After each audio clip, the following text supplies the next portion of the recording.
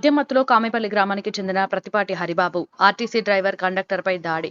జరుగుమల్లి మండలం కామెపల్లి గ్రామంలోని ఎన్టీఆర్ కూడలిలో ఆర్టీసీ డ్రైవర్, మహిళా కండక్టర్లపై కామెపల్లి గ్రామానికి చెందిన వ్యక్తి దాడి తర్వాత చికిత్స నిమిత్తం ప్రభుత్వ ఆసుపత్రికి వెళ్లగా ప్రభుత్వ ఆసుపత్రి నందు కూడా వీరంగం సృష్టించి సీసీ కెమెరాలను ధ్వంసం చేసి బండబూతులు తిడుతూ భయానక వాతావరణం సృష్టించాడు.